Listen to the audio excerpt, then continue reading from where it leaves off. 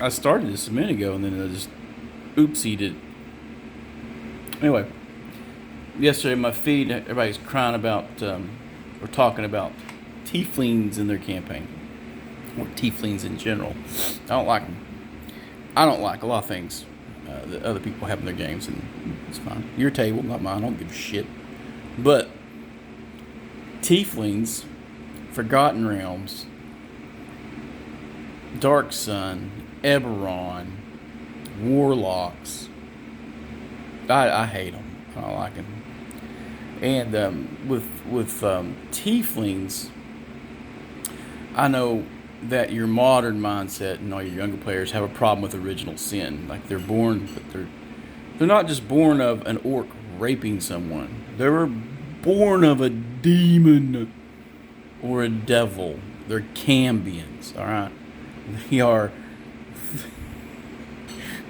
They're the antagonists of a lot of horror films in the past because they're the bad guys. It takes a lot of work to become a demon, all right? You do horrible things in your fantasy worlds, right? And then you go to hell. And then you become a larva. And then you're tormented and twisted and beat upon and used as currency in the outer realms until you're so filled of loathing and hatred that you pop into a minor demon. And as a minor demon or devil, you have to do more terrible things to pop up and become up that hierarchy. And then they go make entreaty with people on the prime or in the base realm or whatever. And then you have this offspring who's born of that centuries or eons of maliciousness. Yeah, you're tainted fruit, bro. You're antithesis to everything that is good and righteous. You're a mockery of good. So yeah, they're the bad guy. But everyone wants to, I like my cute horns and I'm a soulless creation. Blah, blah, blah. Look at me have fun. I'm like, the death of 1,000 paper cuts. The 1,000 little yeses. No, Tieflings aren't good people. They're bad. At best, neutral. But the whole concept of the Tiefling paladin. I'm so bad, I'm good. What if these people are fetishizing their hobby? This is so weird. I didn't like Dark Sun either.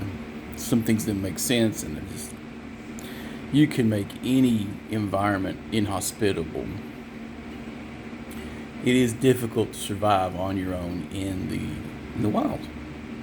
Doesn't matter if it's a desert, ocean, Appalachia, caves, the Underdark. You gotta know what you're doing, or you're dead. You're dead man. So, don't like them. I think it's that normalization of that which we would consider evil. It's strong. I mean, you can run an evil campaign. I've run evil campaigns. I've played an evil campaign for many years, where I was a dude, I was a bad guy. I'll give you a little more flexibility, not so much. You think it's fun being the necromancer till you're facing down a couple paladins and a couple clerics and all your stuff's blowing up. You know, oh shit. Oh, you're next. Oh, you did? You thought you could? You didn't think you could be turned? No save. You turned. What? That usually makes people not want to play the evil bad guy as much when all your ghoul pack explodes. But yeah, I mean, if you're playing an evil campaign, you want to be a douche, and you're playing the Cambion, okay. But making the Cambions and the Tieflings the good guys and we're comic, no, not me. I tend to go more grimdark with a lot of jokes at my table. That's how we do it. That's how we do it at Bubba's table. How you do your table? That's on you. I will ridicule it though. You can ridicule my table. I don't care.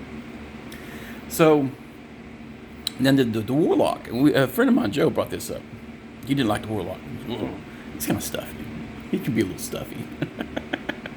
So we were talking about it, and everybody dips in 5e. They're dipping, you know. a class is you've trained your whole life to be the epitome of your class, and then in 5e you just dip. There's no training. But here's the problem about warlocks that I don't think anybody really takes attention. You sell your soul. Okay? Your soul is no longer yours. You sold it in exchange for power. So a lot of things should change in game, especially if it's something very foul that you've sold yourself off to. Those healing spells should not flow as quickly to you from the good cleric. That deity has final approval of spells. So you can say it just fizzles, or the cleric healing the evil person eventually stops getting spells because they are not helping the good and the needy. They're helping those who are enslaved to a greater evil irredeemably. Which falls back to another thing that people think about. If you die, that raised dead shouldn't work. You always have a choice. If you come back with the raised dead, you can go, nope, I'm going to stay dead and stay in the afterlife. The character has a choice. You don't have to come back. Deity could say, we don't raise these people, and I do that a lot. If you're bringing in the chaotic, Emerald of Chaotic to the Temple of Law, the Temple of Law is not going to raise Emerald of Chaotic. They're going to go, good riddance, douche. But here's the other thing. You sold your soul. Your choice was given away. So when your warlock bites it, I cast Raise Dead. Your patron may go, no, I have plans for this soul, and they weren't exactly doing everything I wanted them to do in the here and now. So we're keeping it because it's mine. People forget souls in D&D games in the infernal regions are currency. You're pickpocketing a demon lord. You're pickpocketing an archfiend. You're pickpocketing. So, I don't like it. So it's best not to have those problems. I prefer mundane, greedy evil in my games when it comes to players. It's easier to build plot points around and stuff. And when they're in league with something beyond their measure and they're not being the good lackey, then they are expendable.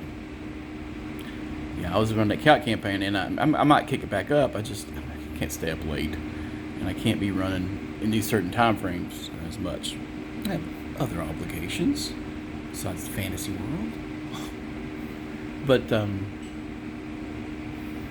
I was making this game, and I put Kellic in charge. And I thought about making it comical, but I was like, no, it was a cartoon for kids, but Kellic was a bad dude. So, you're his minion. You're sent out to get treasure for Kellic. And if you fail him, what happens to people who fail Kellic? That's right. We're feeding you to the wards. As an example to the other ones. Stay in line, or your dog chow. That's how evil works. It's a lack of respect for life, and then good has a higher respect for life. And there are gray areas. I guess that's what they call mudcore. Buddy of mine tells I run a mudcore game. I didn't realize I read mudcore until someone told me. When I went to the 3-point system, it just made more sense to me. It gave my players a little more flexibility, and I didn't have to write them about their alignment violations as much. I mean, my paladin can't torture people.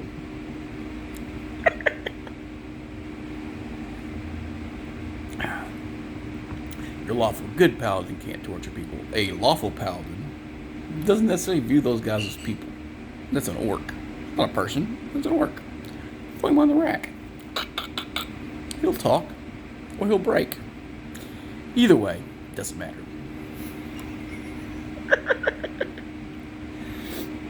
Yeah, tieflings. I also don't like gnomes. It's a personal experience. People play gnomes. They're just, I don't know. That's the dudes that's going to wreck your table. If they're playing gnomes, they're going to be the troublemaker.